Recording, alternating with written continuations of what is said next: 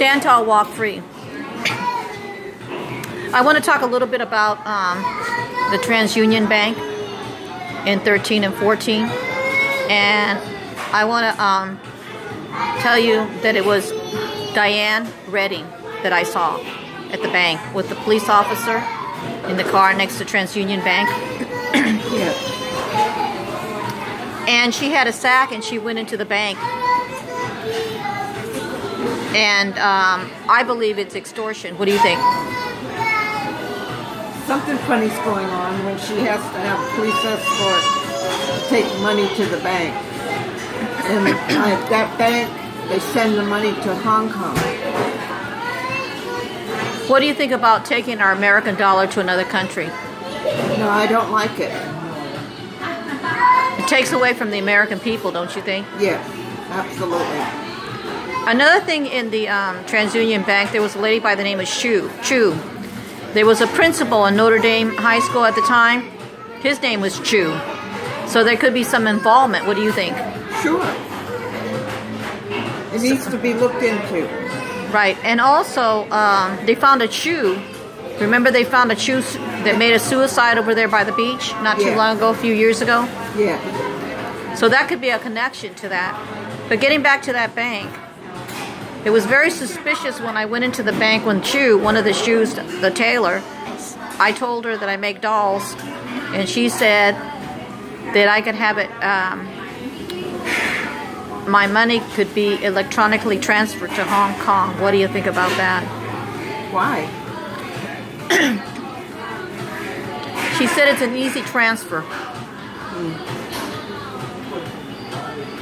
So there's a suspicion, a connection, okay? Yeah. And you know, that woman at Lance Russum, that assistant attorney, Diane Redding, she works for Lance Russum.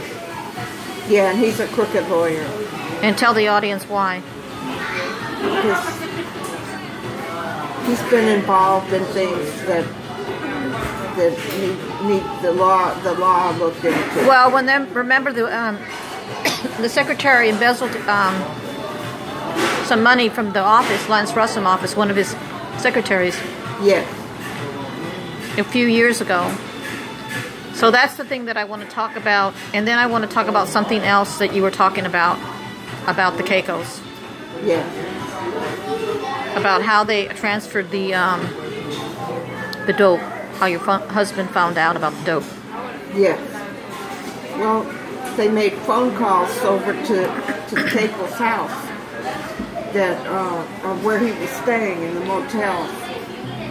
They made phone calls saying when the shipments were coming into the port of Oakland.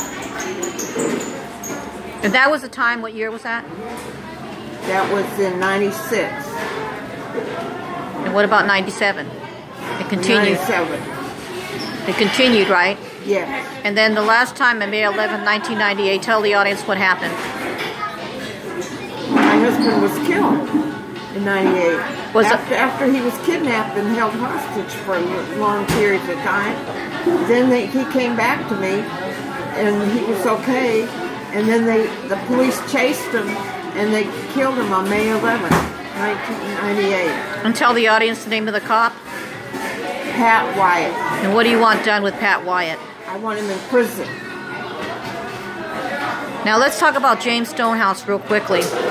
Do you know that James Stonehouse is an attorney in Alameda? I don't know if he's retired or not. But tell what James Stonehouse did to your money in the bank. He took the money. He stole the money. He swindled. Yes, he did. He swindled the money, and he took all your money, right? All your husband's life savings, right, after he passed. Isn't James Stonehouse connected to St. Joseph? Yes, and Judge Allen, too. And remember, I was telling you that they go to a club called Columbus Club. And it's an Italian little club. It's called Little Italy, where it was first created by the Italians that came from Italy to America. Now, what do you think about that? Yeah.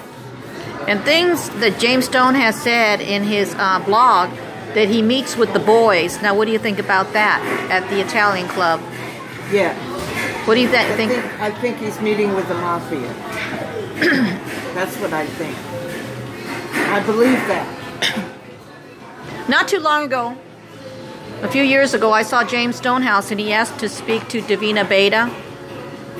And I said I didn't know where she was at. But apparently Davina revealed to me that she was giggling, and apparently I think they were having an affair.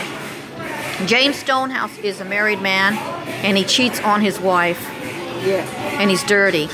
Right. Also, James Stonehouse in 2002 came to where I live in Alameda, and he wore a red wig, and he had white gloves on. And he was coming to the apartment. He went on the second floor and acted like he was knocking on the door. Then he started walking up the stairs, following him up the stairs, went to the third floor. He had white gloves on and a red wig, and he wore like a blue uniform, like, you know, a military uniform type, and he was disguised. When I opened the door with the key, he tried to come in, and I slammed the door and he ran off. Right. So what do you think about that? He was up to no good. The reason why he knew where I lived, because Betty Romero told him where I lived. She came to my apartment in 2002, and I believe Betty Romero is involved with the mafia. And that's how James Stonehouse knew where I live, and he's involved. Yeah. And he's also involved with Antonio Alio, because part of the deed was under his name as well on Shoreline Drive. Yeah. Now the chiropractor, Sophia Blanchard, knows James Stonehouse because they work in the same building. And she's not to be trusted. On Westline Drive. Yeah, she also works at Westline Drive, and she's a masseuse. I believe she's a hooker. And she ruined my knees. I'll tell the audience what she did to my knees. She had me lay down, and she gave me 2 quick twists, and she tore both of my meniscus and my knees, where I had to get 2 operations 2 different times. Tell the audience what happened to your husband's legs when you saw him after he passed. I was only able to identify him by a tattooed leg. And one of his legs was missing, right? One of his legs was missing. There was only one leg. So we believe that the mafia is after the legs of a person, right? Yeah. To torture them, right? Yeah. So what do you think happened to your husband before he had died? Do you think he was tortured? Yes, I do. By whom? By Pat Wyeth and whoever else was involved. The mafia, right? The mafia. So we're going to continue this later. Stand tall, walk free.